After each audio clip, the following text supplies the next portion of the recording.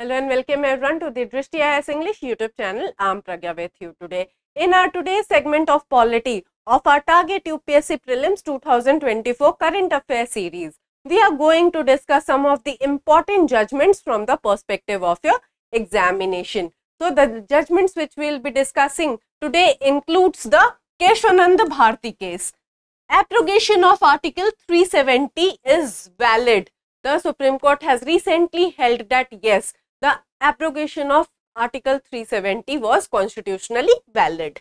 Then we are also going to understand the parliamentary privileges of lawmakers, immunity for president, then the role of governor, electoral funding or the electoral bonds case, then the tribunal system in India, and lastly Article 142, in which we will be discussing and examining the Chandigarh's mayor elections. So let us begin discussing these judgments one by one.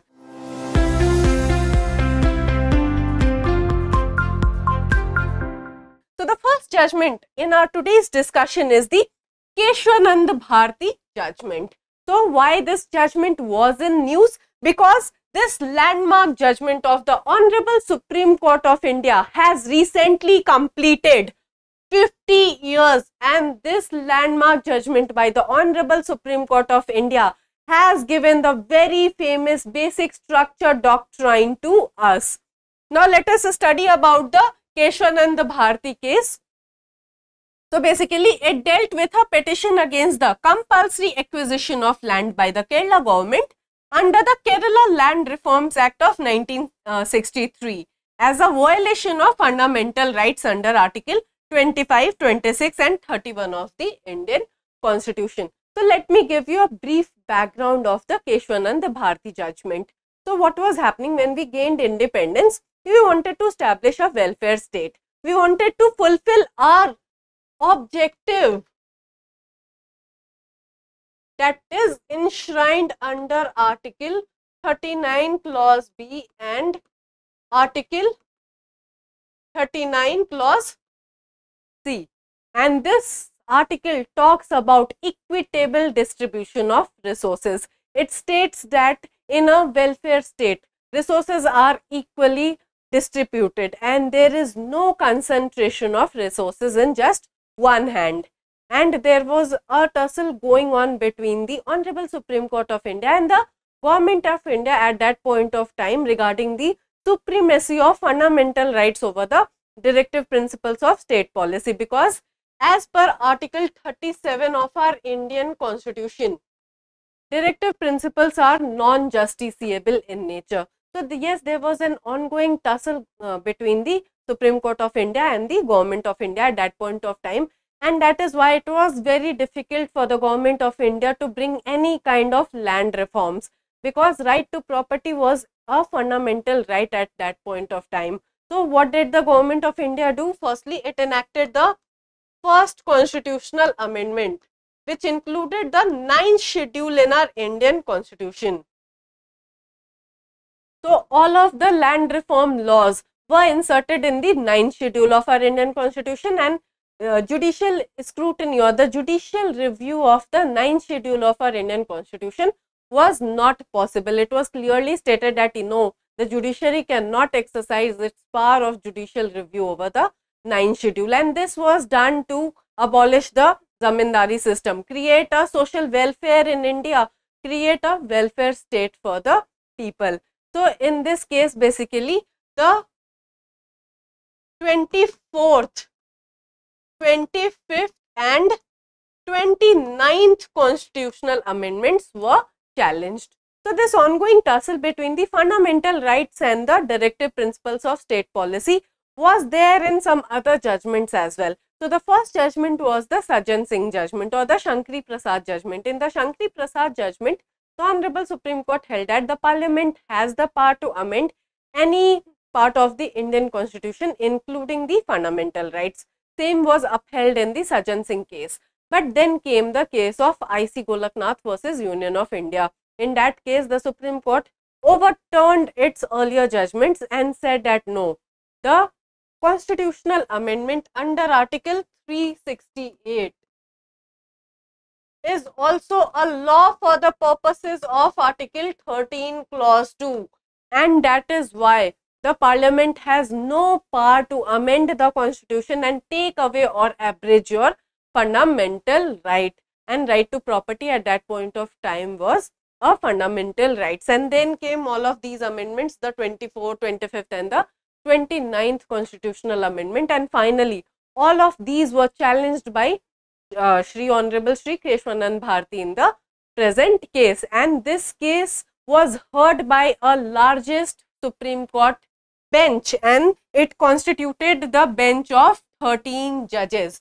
So basically by a majority of 7:6, the Supreme Court upheld the validity of the 24th, 25th and 29th constitutional amendment, and let us examine the key outcomes of this case, and also overruled the Golaknath case. It upheld the validity of 25th amendment and stated that Parliament is empowered to abridge or take away any of the fundamental rights. So basically fundamental rights cannot be treated differently from the whole of the Constitution. If the Parliament has the power to amend any part of the Indian Constitution, including Article 368 itself, that means it has the power to take away or abridge your fundamental rights as well, because they are the part of our Indian Constitution. But the Parliament cannot exercise its amending power and amend the basic structure of our Indian Constitution or the foundational principles on which the Indian Constitution is based. The Supreme Court in this case clearly stated that Parliament is not the Constituent Assembly and therefore it has no power to rewrite our Indian Constitution. Moving forward,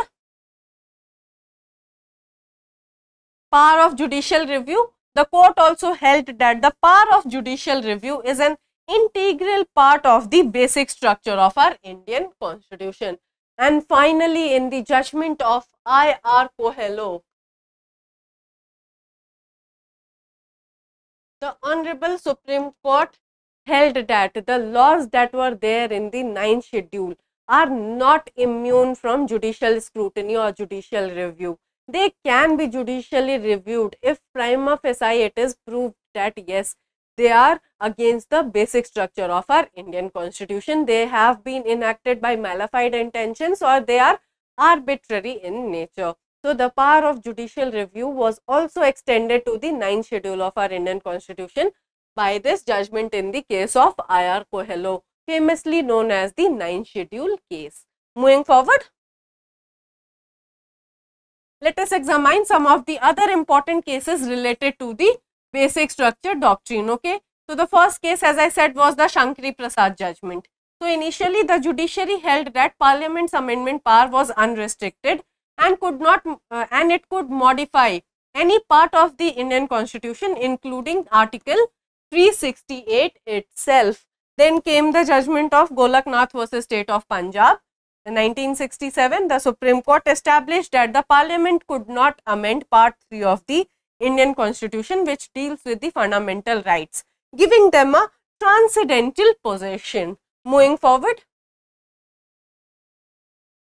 to the Keshwanand Bharti case, the landmark judgment in which the basic structure doctrine was propounded by our Honorable Supreme Court of India.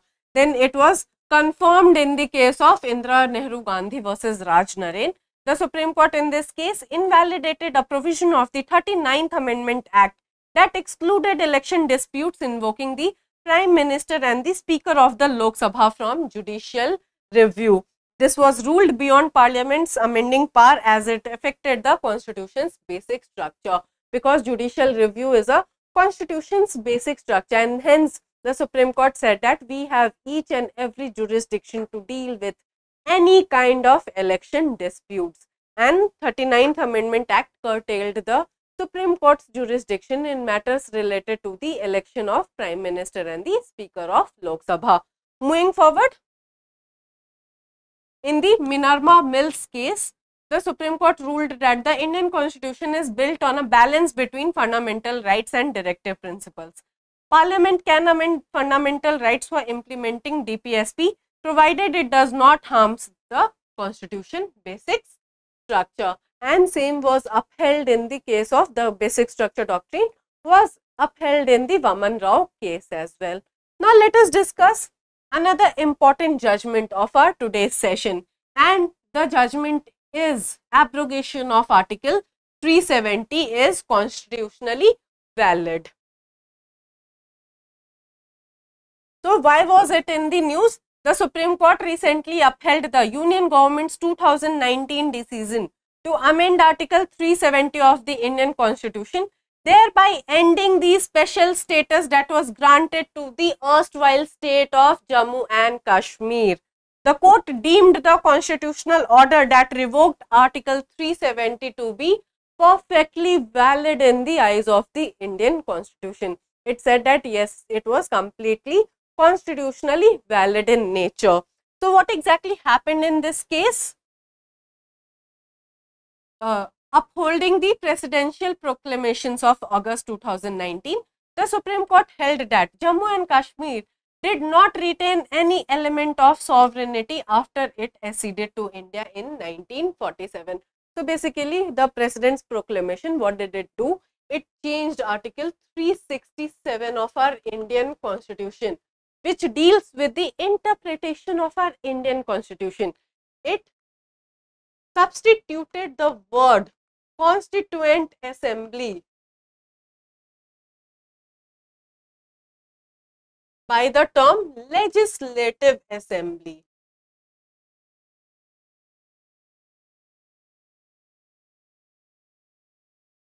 See, Article 370 could not have been abrogated if the word Constituent Assembly was present, because it could not be abrogated without the recommendations of the Constituent Assembly of the state of Jammu and Kashmir. But after it acceded to the India, okay, it lost this Constituent Assembly. There was absolutely no Constituent Assembly of the state of Jammu and Kashmir, and that is why it was getting very difficult to abrogate Article 370 of the Indian Constitution, and that is why this word was completely, or this phrase was completely substituted by the phrase Legislative Assembly of the Jammu and Kashmir. And this was the major change which led to the abrogation of Article 370. The Supreme Court also held that Article 370 was a temporary transitional provision. The SC relied on the fact that the Constitution framers placed Article 370 with the temporary and transitional provisions contained in Part 21 of the Indian Constitution. Just one article was there which was retained, and that was clause 1 of Article 370, which states that the Constitution of India could apply to the erstwhile state of Jammu and Kashmir. So basically they used this article and applied the Constitution of India on the erstwhile state of Jammu and Kashmir. Otherwise, the Jammu and Kashmir had its own constitution. Moving forward. So the Supreme Court's bench concurred that the President has the power to make irreversible changes, including the dissolution of the State Assembly, and that the President's power are kept in check by judicial and constitutional scrutiny. And in this case, finally, the Supreme Court upheld the constitutional validity of Article 370. Moving forward, it also established a Truth and a Reconciliation Commission to address the issue of human rights violation in the erstwhile state of Jammu and Kashmir. The Supreme Court recommended that the Union government should set up a Truth and a Reconciliation Commission, just like South Africa did post-apartheid, to investigate human rights violation by both state and non-state actors. The exercise should be time-bound. Moving forward, let us discuss a historical context of Article 370 of the Indian Constitution. So it revolves around the instrument of accession. In October 1947, Maharaja Hari Singh, the last ruler of Jammu and Kashmir, signed the instrument of accession through which he agreed to accede his state to the, at that point of time, dominion of India. Then the Constituent Assembly of Jammu and Kashmir was empowered to recommend which articles of the Indian Constitution should apply to the state, and this is how the special status to the state of erstwhile state of Jammu and Kashmir was granted. Moving forward, the Jammu and Kashmir Constituent Assembly was dissolved after it drafted the state's constitution. Clause 3 of Article 370 gives the President of India the power to amend its provision and scope, and Article 35A stems from Article 370 and was introduced through a presidential order in 1954 on the recommendation of the Jammu and Kashmir Constituent Assembly. It empowers the Jammu and Kashmir legislature to define the permanent residents of the state and their special rights and privileges. But now all of these articles have been abrogated, they no longer exist, and by the Jammu and Kashmir Reorganization Act of 2019, it had been bifurcated into two union territories, that is the Union Territory of Jammu and Kashmir and the Union Territory of Ladakh. Moving forward to the next judgment in our today's discussion, and this judgment is very, very important. Parliamentary privileges of lawmakers. So this was related to a very old bribery case. In this case, the Supreme Court said that no, acceptance of bribery cannot come under the purview of parliamentary privileges. So recently, the Supreme Court overturned a 25-year-old majority opinion in the P.V. Narasimha Rao versus State case 1998, also known as the JMM bribery case. The Supreme Court stated that bribery is not protected by parliamentary privileges.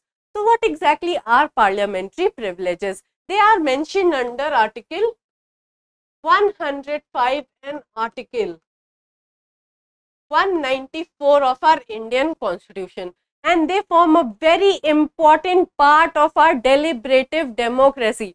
See, whenever you are electing someone to represent yourself in the House of the Parliament or state legislature, they have a right to free speech, they have a right to protest, they have a right to voice their opinion about the issues that are going on in their constituency, and that is why it is important to protect them from any civil and criminal prosecution, so that the functioning of the House can be carried out in accordance to the principles of democracy. And that is why we had the parliamentary privileges to protect the legislators from any kind of civil or criminal liability when they are discharging their own functions or legislative functions in the House of the Parliament or State Legislative Assembly. Moving forward, what was the P.V. Narasimha Rao case 1993, which was overturned by the Honorable Supreme Court in this case? In this case, some members of the Jharkhand Mukti Morcha were accused of taking bribes to vote against a no confidence motion. The court held that those who accepted bribes and voted against the no confidence motion were protected from criminal prosecution under the parliamentary privileges mentioned under Article 105 Clause 2. Moving forward, the Supreme Court's observation in the 2024 case. The Supreme Court emphasized that detrimental impact of bribery on democratic principles and governance. Basically, the Honorable Supreme Court stated that if we will protect the legislators from bribery by exercising their parliamentary privileges, it will have a very wide ramification, because bribery is a criminal offense, okay, and it is completed as soon as you take the bribe. So you cannot claim your parliamentary privileges for an act that is prima facie criminal in nature. And it also highlighted the paradoxical situation in the P.V. Narasimha Rao case, that if the legislator is taking a bribe, accepting a bribe and voting in favor, then he will be saved. But if the legislator is taking a bribe and he is voting independently, then he will be prosecuted. And that is why the Supreme Court said that no, the time is right to overturn this judgment. Bribery is a criminal offense. You cannot claim your parliamentary privilege in relation to taking of bribes. And it also said that the MP who is accused of taking bribe can also be prosecuted under the Prevention of Money Laundering Act. The Section 7 of the Prevention of Corruption Act deals with offence related to public servant being bribed. Therefore, the immunity provided under Article 105 and 194 of the Indian Constitution does not extend to the cases of bribery. Moving forward,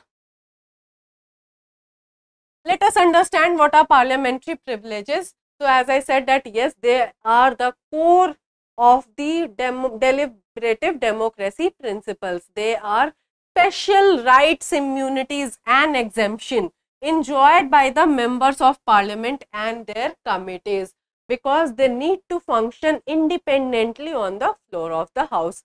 They are mentioned under Article 105 and 194 of our Indian Constitution. Moving forward, under these privileges, the members of parliament are exempted from any civil liability for any statement made or act done in the course of their duties.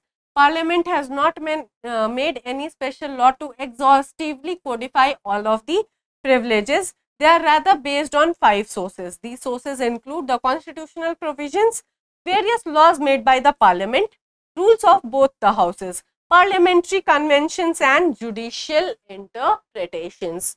Moving forward, let us discuss another significant judgment of our today's discussion, and that is the immunity for president, and this case is related to Article 299 of our Indian Constitution, which deals with the contractual obligations of the Government of India.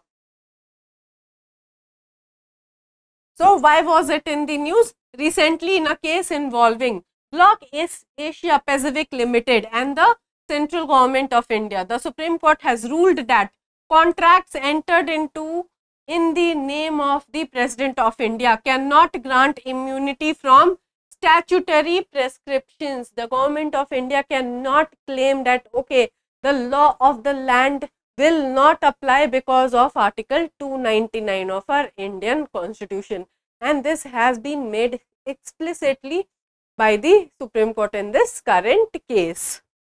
The ruling sheds light on the interpretation of Article 299 of the Indian Constitution and its implication for the government contracts.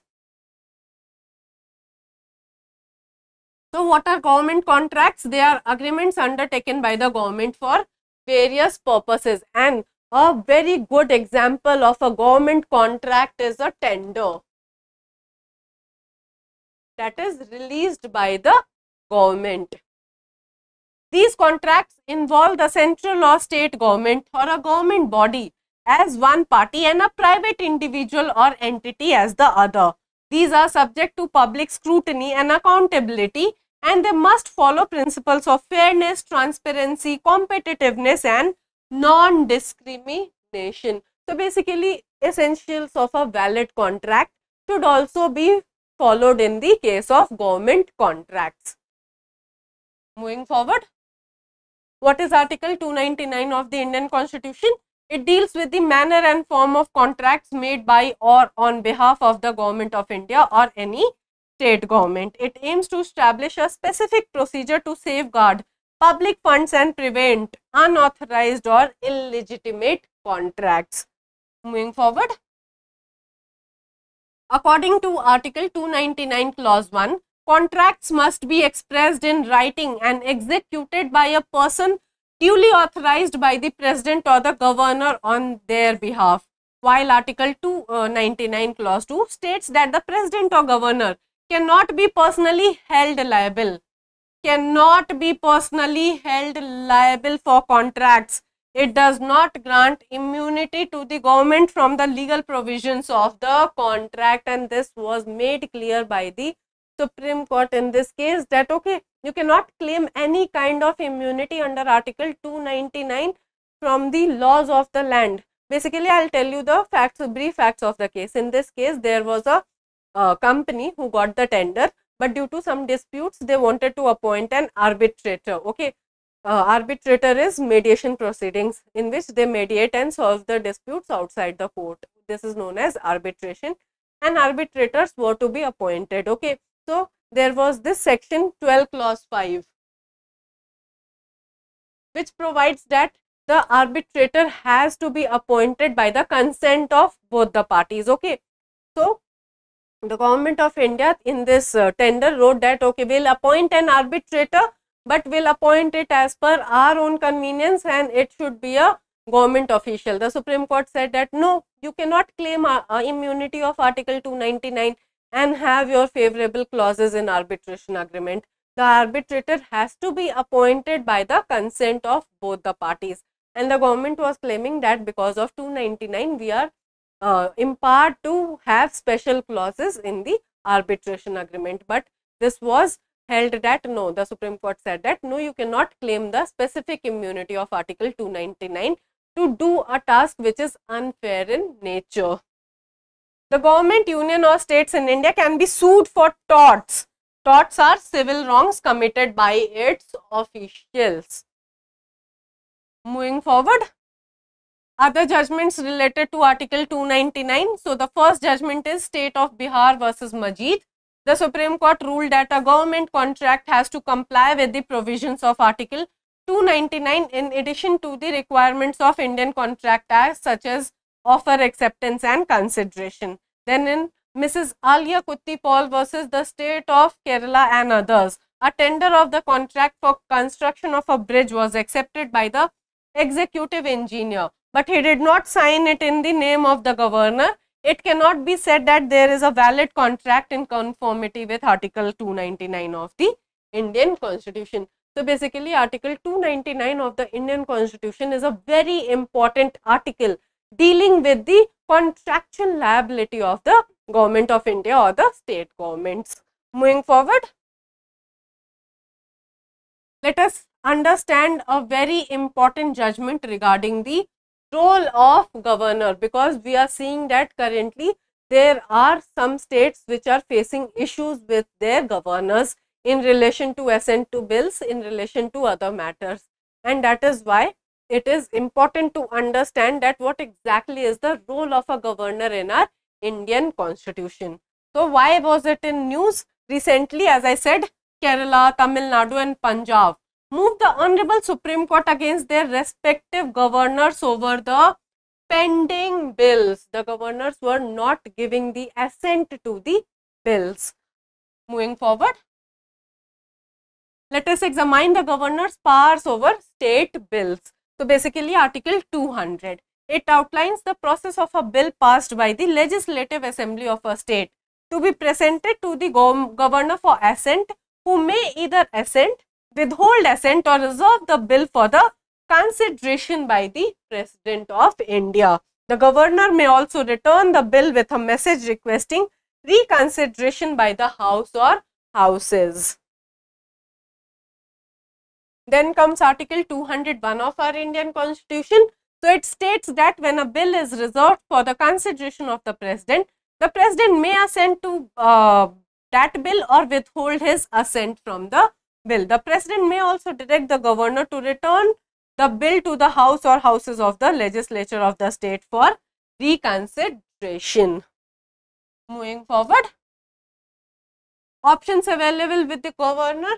Okay, whenever there is a bill, so he may give assent or he can send it back to the assembly requesting it to reconsider some of the provisions of the bill or the whole bill itself. He may reserve the bill for consideration of the President. Another option is to withhold the assent, but this is not normally done by any governor because it would be an extremely unpopular action, but this is as of now happening, and we have discussed this in detail when we were discussing government versus governor in our polity primer series, that yes, this is happening. The governors are sitting on the bills, they are not giving the assent to the bills, and that is why major reforms could not be taken, and that is why the matter has now reached the Honorable Supreme Court of India.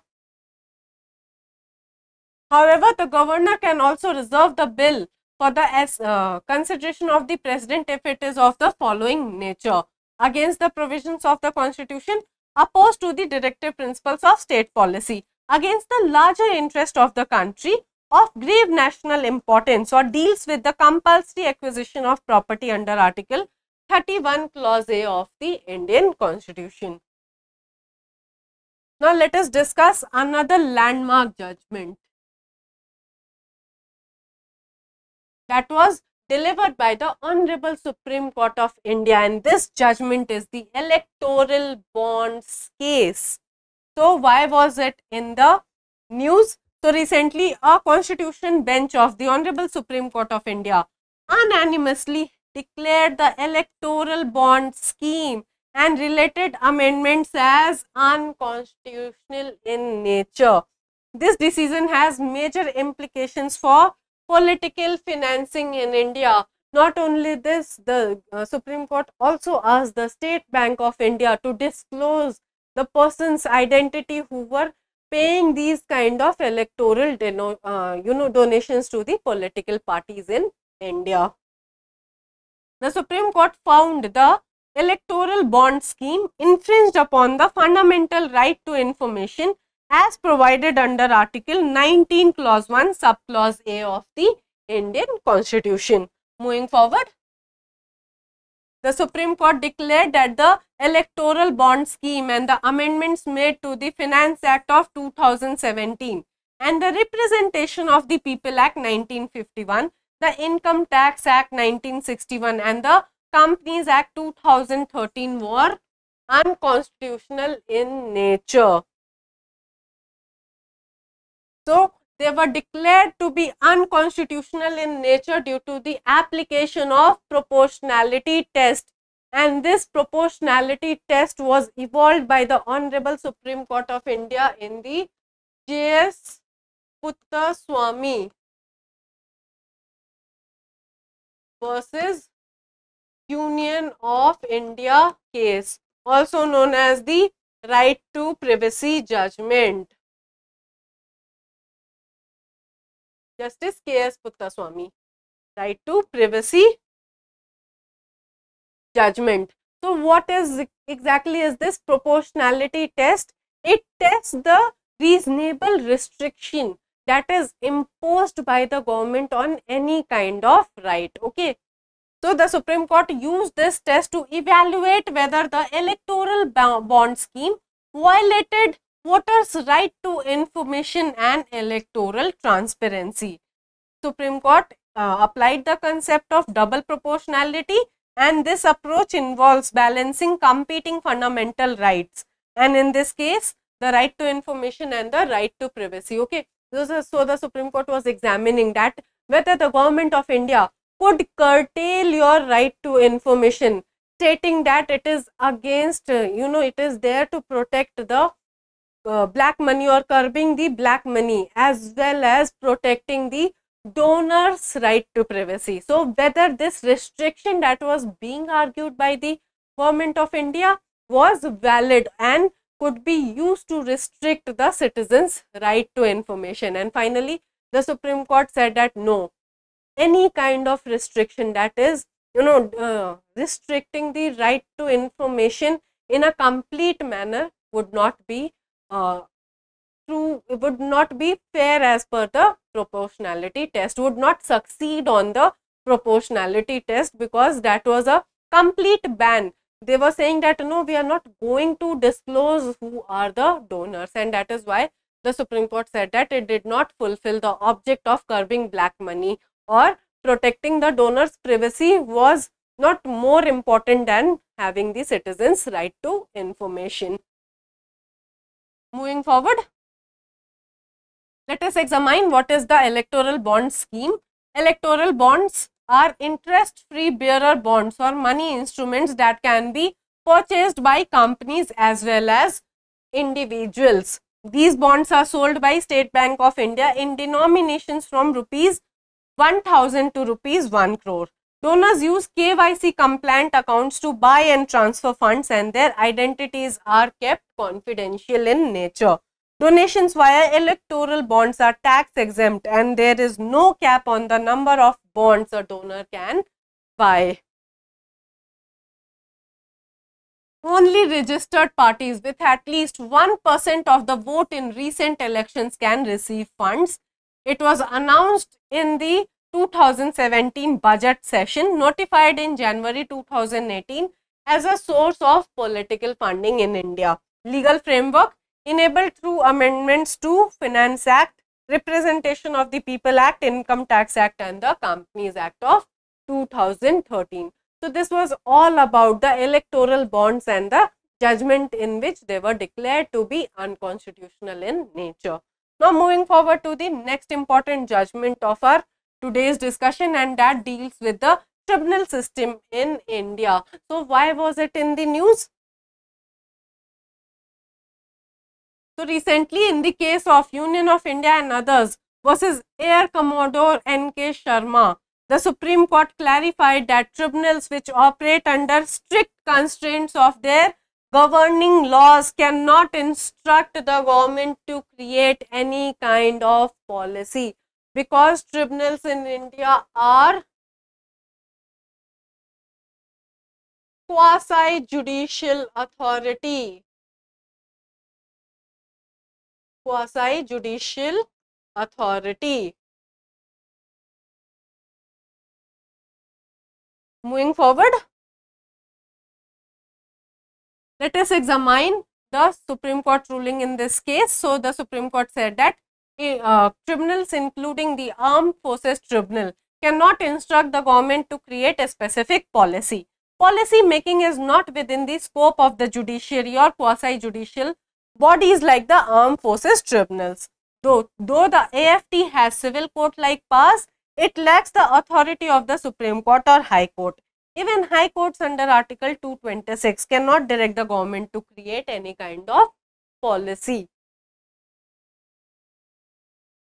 High Courts can initiate action against a government entity if citizens' rights and freedoms are violated, and can issue orders and writ under Article 226. Policy making related to defense personnel service and regularization is solely the government's responsibility. Tribunals must operate within their governing legislation and cannot require the creation of a policy. Basically, in this case, what happened was, he was not being promoted because there was a no promotion body that was in function, and the AFT asked the government to create that promotion body, and that is why the Supreme Court said that no, you cannot ask the government to have some policy, these kind of policy decisions. It is completely the prerogative of the government, and you being a quasi-judicial authority have no power to instruct the government to form any kind of policy. Moving forward, let us discuss about tribunals in India. So, basically a tribunal is a quasi-judicial body established to resolve disputes in areas such as administration or taxation. They handle various functions including adjudicating disputes, determining rights between parties, making administrative decisions and reviewing existing administrative decisions. They have been created under Article 323 Clause A and under Article 323 Clause B. So, 323 Clause A deals with administrative tribunals and 323B deals with tribunals for other matters, and these are the constitutional provisions in relation to the creation of tribunals in India. Moving forward, let us examine the scope of Article 323 Clause B. The Parliament and state legislatures can establish tribunals to resolve disputes related to taxation, foreign exchange, import and export, industrial and labor issues, land reforms, ceiling on urban property, elections to Parliament and state legislatures, food, stuff, rent and tenancy rights. And if you'll ask me about the various famous tribunals in India, so it includes the Central Administrative Tribunal. Central Administrative Tribunal, the Income Tax Tribunal,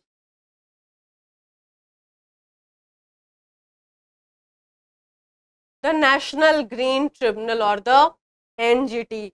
So, these are some of the very famous tribunals in India, and creation of tribunals form a part of delegated legislation, that okay, you are creating a special kind of quasi-judicial body so as to decrease the pendency of the cases. Moving forward, so what are the composition of these tribunals? Expert members along with judicial members. Then jurisdiction, Each tribunal is given specific jurisdiction to hear and decide cases within its designated area of expertise, and they definitely have a statutory backing with them. They are created under a specific legislation. Moving forward to the last judgment of our today's discussion, which talks about the scope of Article 142 of our Indian Constitution. What is Article 142 of our Indian Constitution? It empowers the Honorable Supreme Court of India the power to do complete justice.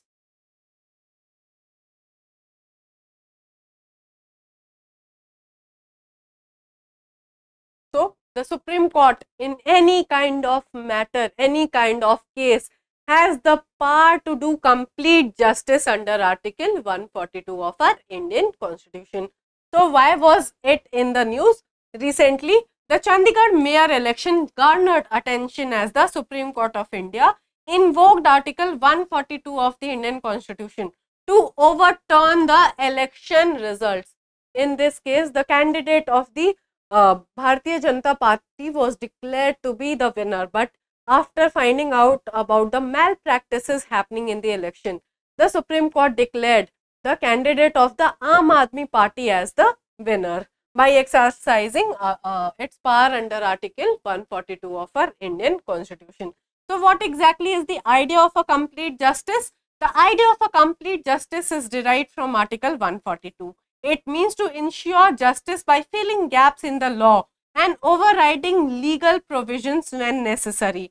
And this entails interpreting and applying laws considering broader constitutional principles, societal needs and evolving standards of justice. So, whenever I teach you about our Indian Constitution, I always say that it is a dynamic document. It is not a static document. And you see, these are the special features of our Indian Constitution to deal with any kind of emergency situations, and that is why we have these special articles in our Indian Constitution. And Supreme Court as the guardian of our Indian Constitution, as the final interpreter of our Indian Constitution, definitely has the power to do complete justice between the parties. Because for justice, we say that justice must not only be done, but it also must be seen to be done. So, let us understand about Article 142. It empowers the Supreme Court to issue any decree or order necessary for achieving complete justice in any case pending before it, which are enforceable across the entire country, supported by other articles such as Article 32, Article 141 and Article 136 of the Indian Constitution. Moving forward to the concept of judicial activism, the court can use Article 142 to override parliamentary legislation for complete justice, contributing to the concept of judicial activism. And this power to do complete justice, we'll see that in the cases of irretrievable breakdown of marriage, the Supreme Court uses this article very often to grant divorce in such cases. Empowers the court to intervene in public interest, human rights, constitutional values and fundamental rights cases. Guardian of the Constitution reinforces the Supreme Court's role in protecting the Constitution and defending against the violation of the rights of the citizen. Other judgments clarifying the scope of powers, Article 142. So, in the Union Carbide Corporation versus Union of India 1991, also known as the Bhopal gas tragedy case, the Supreme Court highlighted the wide scope of Article 142 Clause 1 and clarifying that its power are of a different quality and not subject to any kind of express statutory prohibition. That means the Parliament cannot bring a law and say that the scope of Article 142 will now be restricted. No, this cannot happen. They have a very wide scope and its scope definitely cannot be restricted by a statutory legislation. Then in the Supreme Court Bar Association versus Union of India, the Supreme Court emphasized that the powers under Article 142 are supplementary and should not be used to override the substantive laws. So who can decide the restrictions on Article 142? The Honorable Supreme Court itself. The Parliament has no power to restrict the scope of Article 142 of our Indian Constitution. With this, we come to a conclusion of our today's discussion. We have discussed several important judgments and several provisions of our Indian Constitution, the opinion of Supreme Court, why they were in news, and we have covered them very exhaustively. I hope this session was insightful for you. If you have any feedback regarding this session, kindly feel free to drop it in the comment box below. If you liked today's discussion and found it to be helpful, kindly like the video and subscribe to our channel for more such interesting updates. Stay tuned for more such important current affairs at 1 o'clock daily. Thank you.